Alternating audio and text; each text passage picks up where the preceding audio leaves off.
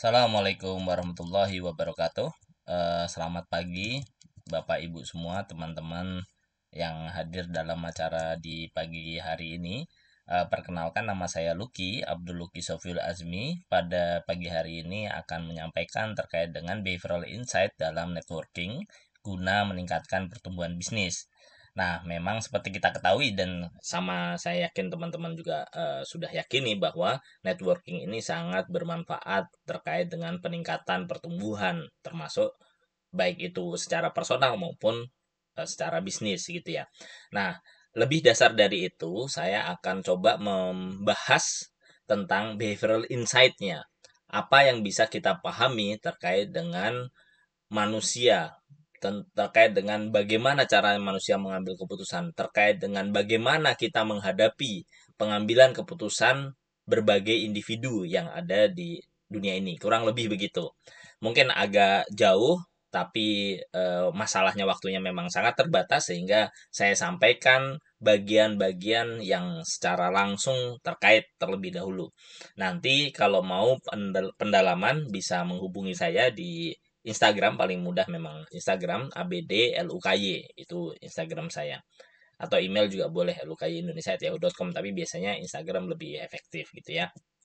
Oke, nah, behavioral insight ini adalah cara atau ilmu atau wawasan yang membuat kita lebih mudah memahami bagaimana sebetulnya orang itu berpikir, bagaimana sebetulnya orang itu mengambil keputusan di kehidupan sehari-hari. Nah, hal-hal ini terkait dengan banyak keilmuan sebetulnya, tapi dasar basisnya adalah psikologi yang kemudian dikembangkan ke masing-masing keilmuan. Ada akuntansi, ada ekonomi, ada manajemen, ada keilmuan sosial lain, termasuk sekarang terkait kedokteran dan juga pengambilan keputusan. Oke, manusia itu sebetulnya memiliki kemampuan yang terbatas atas dasar atensi. Jadi banyak dari pola pikir kita itu berbasiskan atensi atau perhatian kita dan self control dan juga kontrol diri kita. Tapi sebetulnya hal-hal itu sangat terbatas dan seringkali gitu ya, seringkali dipengaruhi oleh apa yang dilakukan oleh orang lain. Basisnya itu. Kemudian keilmuan ini berkembang pesat sehingga banyak dari negara-negara maju yang membuat lembaga khusus untuk mempelajari dan membantu pemerintah dalam memberikan layanan yang lebih baik gitu. Sebetulnya bisa jadi layanan yang sama, tapi cara penyampaian layanan itu sedikit berbeda sehingga hasilnya jauh lebih efektif. Oke, ini ada video pendek yang intinya adalah sebetulnya di slide ini banyak video yang kemungkinan tidak banyak yang bisa saya play karena waktu, tapi pada dasarnya adalah ekonomi itu mempelajari tentang manusia dan pilihan-pilihan, kemudian interaksi antar keduanya. Asumsi yang biasa dilakukan adalah bahwa manusia itu rasional. Rasional itu memilih kalau dikasih 0 atau dikasih 100.000, dia selalu memilih 100.000. Itu rasional. Dikasih 1.000 atau 500, ya milih 1.000. Nah, tapi kenyataannya tidak demikian. Itu yang disebut irasional. Nanti saya kasih contoh. Kemudian dianggap sebagai prediktif, bisa dihitung, bisa menghitung, bisa merencanakan ke depan kayak apa. Tapi seringkali kita impulsif dan pola pikirnya pendek, cara mikirnya pendek. Ini contohnya ya. Ada permainan. Permainan ini nggak bisa di ini kan. Contohnya adalah ada satu permainan. Jadi kalau ada A, misalnya A ini Mongol, B itu Viking.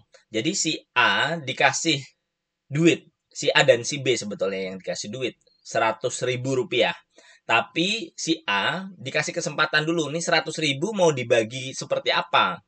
Kalau dia usulkan katakanlah 50.000, 50.000, 50-50. Kemudian si B, atau dalam hal ini Viking, itu setuju. Ya berarti mereka nanti dikasih 50.000, 50.000. Kalau si A ngusulin 40.000, 60.000, ya terus si B setuju, ya berarti nanti dikasih. Tapi kalau si B nggak setuju, ya nggak dikasih. Nah, dalam permainan ini ditunjukkan bahwa contoh misalnya si A ngasih keputusan atau usulan 90.000 dan 10.000. Jadi dia dapat 90.000, temennya dapat 10.000. Temennya harus setuju, biar temennya juga dapat 10.000 kan gitu. Tapi kalau nggak setuju, dua-duanya nggak dapat. Nah, ternyata seringkali ketika pembagiannya ini beda jauh, yang temennya dapat sedikit, temennya nggak memilih untuk nggak usah, nggak setuju. Jadi dua-duanya nggak dapat gitu. Itu dianggap tidak rasional. Kenapa? Karena si B gitu ya, si temennya ini daripada dapat 10.000, dia memilih nggak dapat atau dapat nol kan gitu ya. 10.000 dan nol, harusnya kan dia tetap milih 10.000 walaupun dia katakanlah iri gitu terhadap si A yang kok dia dapat 90.000, saya cuma dapat 10.000. Nah, tapi dalam ekonomi melihatnya tidak begitu gitu. Sehingga ini dianggap irasional atau tidak rasional. Kahneman mencoba menjelaskan ini dengan lebih mudah bahwa sebetulnya manusia itu punya dua pola pikir. Satu cara pikir reasoning yang tadi dia hati-hati, dia hitung dengan sebaik mungkin kayak tadi 0 dan 10, ya lebih baik dapat 10 kan gitu ya. Tapi ada satu lagi yang disebut dengan intuitif. Ini cepat pola pikirnya, effortless, santai, cepat banget. Maksudnya effortless tuh nggak pakai usaha gitu. Jadi apa yang kepikiran itu yang diputuskan. Sulit untuk dikontrol hasil keputusannya. Nah, walaupun tampak sederhana mengumpulkan dua sistem berpikir ini, Kahneman ini dapat Nobel loh, teman-teman. Jadi ini keilmuan yang sangat serius. Nah, di video kali ini sebetulnya ini menceritakan tentang bagaimana cara menyajikan itu jadi penting. Katakanlah ini ada daging yang 5% dari daging ini adalah lemak gitu ya. Dia menyajikan, dia nulisnya 5% mengandung 5% lemak gitu ya. Atau 95% dari daging ini adalah daging segar, daging 90% dari hal ini adalah daging gitu ya isinya. Itu tuh beda cara penangkapan orang gitu. Sehingga ini jadi penting di dalam dunia marketing. Nah, apa aja sih yang sebetulnya menjadi apa dasar atau cerita atau manfaat.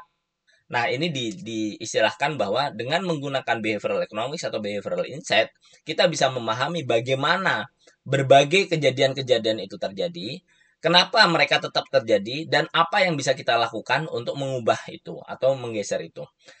Artinya apa? Kalau kita dalam networking, kita bisa memahami bagaimana orang lain berpikir, bagaimana cara dia itu mengambil keputusan, itu jadi lebih baik, jauh lebih baik untuk kita, sehingga kita melakukan hal kecil, tapi klik di benak mereka itu menjadi sangat bermanfaat gitu, atau menjadi sangat efektif. Oke, apa aja yang bisa kita lakukan? Satu, mengidentifikasi dan memprioritaskan risiko atau kondisi yang akan dihadapi oleh orang ini kalau ketemu dengan kita misalnya. Kemudian kita mencoba memahami dasar ceritanya ini apa sih gitu. Kenapa dia begitu? Kadang kita ketemu sama orang yang dia kok narik diri gitu. Nah, kita belum belum interaksi apapun sebetulnya sama dia. Kenapa? Mungkin muka kita mirip sama muka musuhnya atau mirip sama muka mantannya yang dia sebel atau apapun lah.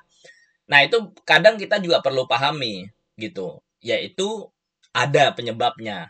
Dan penyebab itu oh ternyata ini begini karena ini. Sehingga kita bisa melakukan hal-hal yang bisa lebih pas dengan yang dia harapkan atau bahkan yang kita harapkan gitu.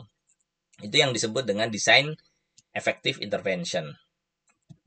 Ini di bawah ini beberapa contoh, tapi ini cukup detail. Pada dasarnya orang itu biasanya punya tiga nih. Satu preferensi, yang kedua adalah keyakinan, yang ketiga adalah bagaimana proses dia mengambil keputusan. Contoh preferensi adalah seringkali dia itu nggak bisa melihat manfaat yang jauh ke depan, dipendek-pendek aja gitu. Atau reference tadi, oh ini mukanya kayak si X nih yang begini, yang begitu gitu. Nah, nyama-nyamain itu seringkali muncul di benak-benak mereka, termasuk kadang di benak kita juga sama. Belief itu terkait dengan keyakinan, terlalu pede, projection bias itu menganggap masa depan itu berlebihan. Kadang itu juga terjadi. Dan yang paling penting adalah bagaimana cara dia mengambil keputusan. Kadang keputusan itu diambil dengan disamakan dengan atas kondisi lain atau ngikut tetangganya atau dan seterusnya. Ini adalah hal-hal yang tadi sebetulnya penjelas dari yang barusan saya sampaikan. Kemudian kita masuk lompat ke yang diistilahkan dengan nudge. Nudge ini adalah seperti kita melakukan sesuatu yang kecil sebetulnya, tapi bermakna besar. Kenapa? Karena yang kecil kita lakukan itu tepat sasaran gitu. Nah, bagaimana itu bisa dilakukan ya? Karena tadi proses-proses tadi sudah kita lalui. Nah, proses-proses tadi memang tampak seperti rumit ya, tampak seperti rumit. Tapi eh, seringkali atau nanti bertahap gitu ya, kita akan bisa melakukan proses yang tampak rumit dan lama itu menjadi sangat cepat gitu. Kita bisa cepat banget dalam sepersekian detik kita udah bisa mengambil proses itu, melakukan proses itu dan mengambil keputusan, kemudian mengambil langkah yang lebih tepat. Nah, jadi ini hal-hal yang perlu kita lakukan sehingga mohon izin saya lompat. Oh, kalau yang ini tentang hal-hal apa sih yang biasanya kita tekankan gitu dalam mengambil langkah terkait dengan messenger, incentive, norms, default, salience, priming, effect, commitment, and ego.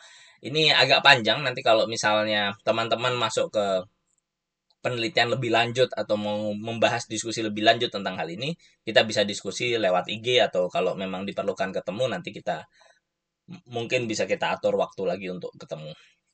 Nah, dari semua itu kita bisa coba memahami bagaimana orang lain. Sekarang bagaimana dengan kita? Apa sih yang perlu kita lakukan gitu? Yang pertama, tentu networking ini seringkali kita jadi ragu, awkward apa ya, nggak enak gitu ya, nggak enak ya. Nah, get over it, santai aja, dihajar aja gitu. Istilahnya sekarang hajar aja. Dulu skemanya kalau saya begini, karena dulu saya sering, kalau sekolah saya kan jauh ya, saya perjalanan 2-3 jam. Jadi setiap saya pergi, ya, di asrama dulu ya, seminggu sekali, 2 minggu sekali saya pulang. Setiap saya naik bis, saya mewajibkan diri saya untuk ngobrol ke samping saya. Ngobrol apapun, nanya jam berapa, mau kemana, atau apapun lah. Sehingga sudah bisa terlatih tuh gimana cara kita ngomong dan seterusnya. Latihan apapun sangat penting, proses apapun lebih baik dilakukan dengan sesering mungkin sehingga kita bisa memperbaiki dari hari ke hari terus lebih baik. Make your intention clear, kita harus jelas kita sebetulnya mau apa. Tapi pada dasarnya perkenalan-perkenalan itu, networking itu adalah menambah banyak saudara. Jadi tanamkan itu sebaik mungkin di benak kita. Kadang sebaliknya, kalau teman-teman sudah jauh lebih sukses, nanti orang lain yang ingin networking ke teman-teman. Terima mereka sebagai sebuah tamu gitu, sebagai seorang tamu, orang yang perlu kita hormati, orang yang perlu kita hargai. Lihat effort mereka, apapun lah yang sifatnya itu positif. Nah, tapi dari sisi kita juga perlu mengclearkan itu. Ketika itu clear, sehingga yang muncul di permukaan itu jauh lebih menyenangkan. Make your time count, walaupun waktunya sedikit gitu ya. Saya 2 hari lalu eh, harus melakukan perjalanan yang cukup jauh ke Korea. Dan saya nggak ke Korea aja, saya harus mampir ke Cina, mampir ke Vietnam, dan lain-lain. Kenapa harus mampir-mampir? Karena flightnya itu saya baru dikasih tahu ada acara itu mepet, dan flight atau penerbangan yang tersedia itu ya mampir-mampir itu tadi gitu. Saya lakukan itu. Waktunya sangat berharga saya lakukan gitu. Berapa lama saya di Korea? 2 jam. Saya beneran 2 jam meeting itu. Ya kita lakukan gitu. Kita lakukan, ya pulang nanti ini. Jadi waktu itu sangat berharga. Dikasih kesempatan, kalau bisa ambil, ambil gitu ya. Kalau nggak bisa ambil, coba ambil dulu gitu. Coba ambil dulu, dicari solusinya. Oke, jadi manfaatkan waktu sebaik mungkin. Setelah itu apa yang bisa kita lakukan?